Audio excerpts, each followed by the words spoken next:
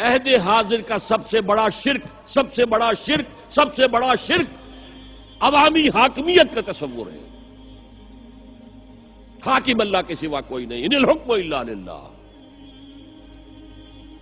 ظاہر بات ہے فرعون نے اگر دعویٰ کیا تھا میں تمہارا خدا ہوں، انا ربکم الاعلی، تو کیا اس کا مطلب یہ تھا کائنات میں نے پیدا کی ہے، تمہیں میں نے پیدا کیا؟ ذرا سوچئے. کیا وہ بزرگ موجود نہیں ہوں گے جنہوں نے اسے دیکھا ہو کہ آج اس کی ولادت ہوئی تھی، کل اس کی کوئی اور سیری بنی ہوئی تھی؟ یہ کیسے دعویٰ کیا تھا؟ میرا حکم چلے گا، میں نہیں جانتا. الیس لی ملک مصر کی حکومت میری ہے کہ نہیں؟ یہ دعویٰ تھا، یہ خدائی کا دعویٰ ہے. کسی زمانے میں وہ فرد ہوتے تھے، نمرود ہوتے تھے، نماردہ، فراعنہ. جمال عبد الناصر نے نعرہ لگایا تھا نحن ابناء الفراعنہ، بڑے فخر کے ساتھ ہم فرعونوں کی اولاد ہیں. اور صدام نے لگایا تھا نعرہ نحن ابناء النماردہ، ہم نمرودوں کی اولاد ہیں. عراق کے بادشاہوں کا لقب نمرود تھا اور مصر کے بادشاہ فراعنہ تھے، فرعون تھے. زمانے کا جب ارتقاء ہوا ہے اور اس میں فیصلہ کن کام جو ہے وہ حضور نے صلی اللہ علیہ وسلم، جب حضور کی حیات طیبہ کے بعد خلافت انفرادی سے اجتماعی ہو گئی. جب تک نبوت جاری تھی نبی ہی خلیفہ ہوتا تھا اللہ کا، اس کی ہاٹ لائن اللہ کے ساتھ وحی کی لگی ہوئی ہے. ادھر سے حکم آتا ہے وہ امپلیمنٹ کرتا ہے، جہاں اس کا حکم نہیں ہے وہ اپنا بیسٹ ججمنٹ استعمال کر کے فیصلہ کرتا ہے. یہی ہے وائس جیرنسی، یہی ہے خلافت. ایسنس آف خلافت یہی ہے. جیسے وائس رائے دلی میں ہوتا تھا، ہمارا بادشاہ یا ملکہ تو انگلستان میں ہوتے تھے.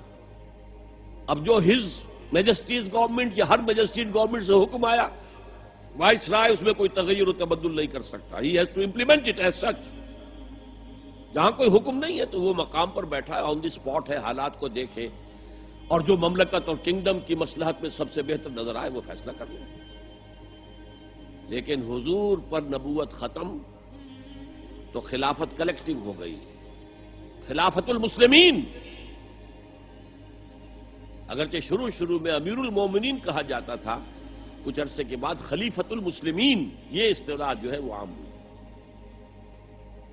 اسی طرح انفرادی ملوکیت کی بجائے اجتماعی ملوکیت کا تصور جو ہے شیطان نے پٹی پڑھائی. ابلیس کی مجلس شورا جو اقبال کی بڑی ہی یوں سمجھیے کہ اہم ترین نظموں میں سے، امت مسلمہ کے نام پیغام پر مشتمل وہ نظم جو ہے، اور وہ ان کے آخری ایام کی ہے اور وہ ان کی زندگی میں چھپی بھی نہیں تھی. ارمغان حجاز ان کے انتقال کے بعد چھپی.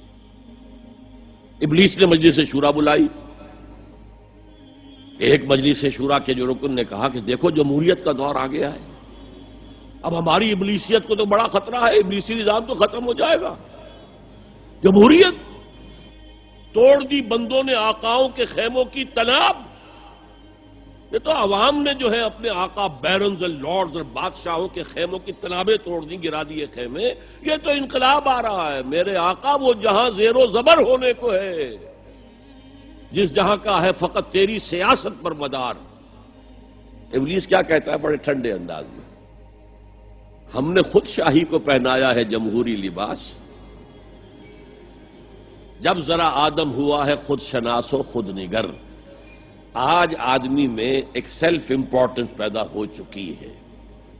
یہ بادشاہ کون ہوتے ہیں جو ہمارے سروں پر مسلط ہے، محلوں میں رہتے ہیں، عیش کرتے ہیں، جو خون پسینہ جو ہے وہ کسان کر رہا ہے. ابھی انڈسٹریل ریولوشن تو نہیں ہوا تھا، وہ ساری بات جو تھی وہ زرعی معیشت تھی.